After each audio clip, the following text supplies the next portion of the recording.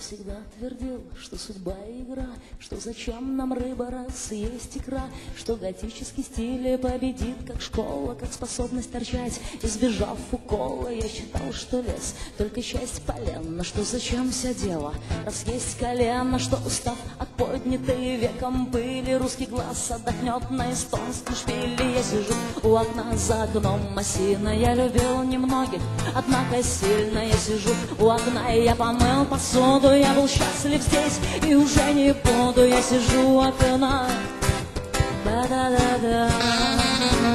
Я писал, что в лампочке уже спола, что любовь как акт лишена глагола, что не знал Евклид, что сходя на конус вещь обретает не ноль, но Хронос. Я сказал, что лист разрушает почву, и что север упавший дурную почву не дает побега, что лук с поляной есть пример рукоблудия в природе данной. Я сижу у окна, вспоминаю юность, улыбнусь порой, порой отплюнусь. Я сижу у окна, обхватив колени, в обществе своей грузной тени. Я сижу у окна, да-да-да-да.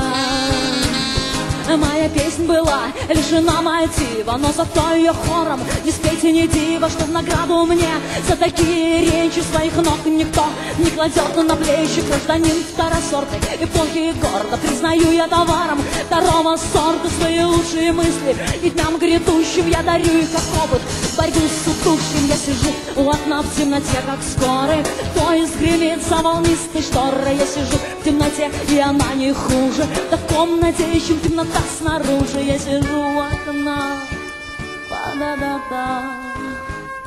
Я сижу у окна, па-да-да-да.